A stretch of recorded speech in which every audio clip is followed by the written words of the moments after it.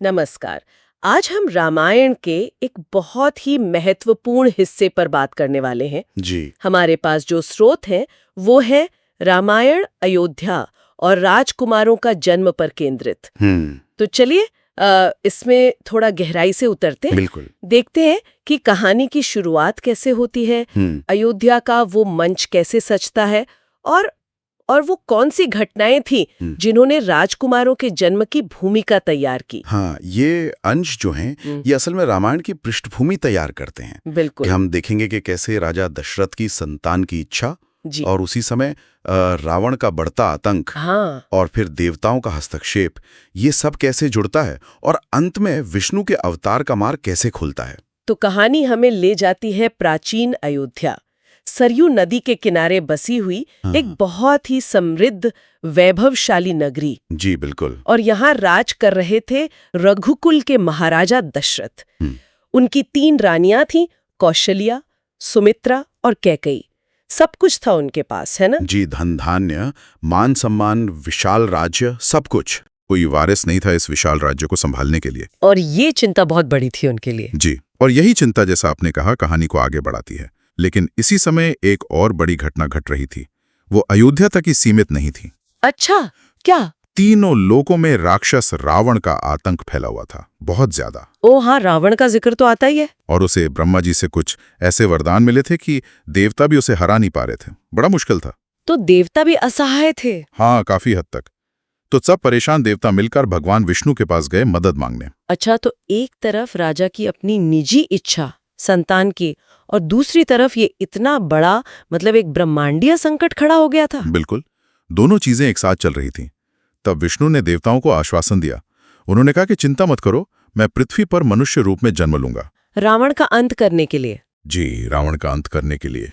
और उधर अयोध्या में राजा दशरथ तो संतान के लिए इतने व्याकुल थे कि उन्होंने अपने गुरु वशिष्ठ जी की सलाह ली। हाँ, गुरु वशिष्ठ की सलाह। और गुरु वशिष्ठ ने उन्हें पुत्र कामेष्ठी यज्ञ करने का सुझाव दिया। पुत्र कामेष्ठी यज्ञ, ये संतान प्राप्ति के लिए होता है। हाँ, पुत्र प्राप्ति के लिए विशेष यज्ञ।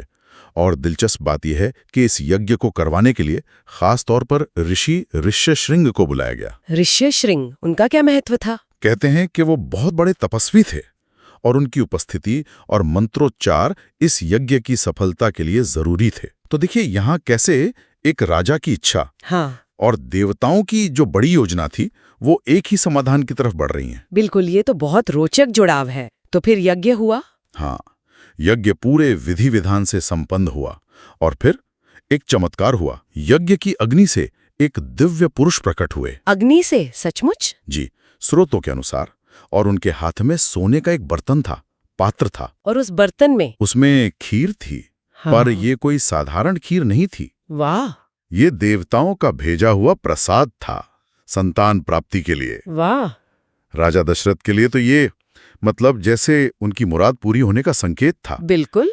सोचिए वो पल, उन्होंने बड़े आदर से वो पात्र लिया। हाँ। और फिर उन्होंने वो दिव्य खीर अपनी तीनों रानियों में बांटी। हाँ, ये जानना महत्वपूर्ण है कि वो बंटी कैसे। जी, हमारे स्रोतों के मुताबिक सबसे पहले आधा हिस्सा महारानी कौशल्या को दिया गया। आधा हिस्सा कौशल्या जी को? ठीक है, फिर जो आधा बचा उसका आधा हिस्सा रानी कैकेयी को मिला। यानी 1/4। हाँ, 1/4 कैकेयी जी को। और जो आखिरी चौथाई बचा उसे 2 बराबर हिस्सों में बांटकर वो दोनों भाग रानी सुमित्रा को दिए गए। अच्छा, तो सुमित्रा जी को भी कुल मिलाकर चौथाई हिस्सा मिला, पर 2 भागों में। जी बिल्कुल। इस तरह से वो दिव्य खीर तीनों रानियों तक पहुंची। और इसका परिणाम हम सब जानते हैं, पर फिर भी स्रोतों के अनुसार क्या हुआ? परिणाम बहुत शुभ रहा। कुछ समय बाद चैत्र महीने की शुक्ल पक्ष की 9वीं तिथि को सबसे बड़ी रानी कौशल्या जी ने श्री राम को जन्म दिया। श्री राम का जन्म, जो विष्णु के अवतार माने जाते हैं। जी, फिर रानी कैकेयी ने भरत को जन्म दिया और रानी सुमित्रा ने जुड़वा पुत्रों को जन्म दिया, लक्ष्मण और शत्रुघ्न। 4 राजकुमार।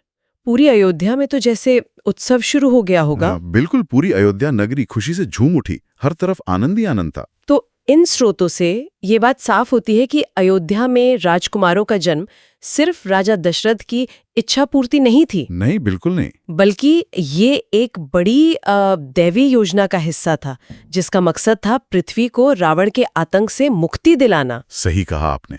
ये घटनाएं हमें दिखाती हैं कि कैसे कभी-कभी हमारी जो व्यक्तिगत इच्छाएं होती हैं, प्रार्थनाएं होती हैं, ये तो असल में धर्म की स्थापना के एक नए अध्याय की शुरुआत थी। बिल्कुल। इस सारी जानकारी के बाद एक विचार मन में आता है। हो सकता है इसका सीधा जवाब हमारे स्रोतों में ना मिले, पर यह सोचने पर मजबूर करता है। क्या विचार? कि जिस खास तरीके से वो दिव्य खीर तीनों रानियों में बांटी गई, आधा, फिर चौथाई के 2 हिस्से, क्या उसका राजकुमारों के भविष्य के जो आपसी रिश्ते थे या उनकी जो अपनी अपनी भूमिकाएं थी रामायण में, क्या उस पर भी कोई गहरा, कोई प्रतीकात्मक असर रहा होगा? ये सोचने वाली बात है। हाँ, ये वाकई एक गहरा विचार है। वितरण का तरीका और उसका भविष्य के संबंधों या भाग्य पर असर विचारणीय है।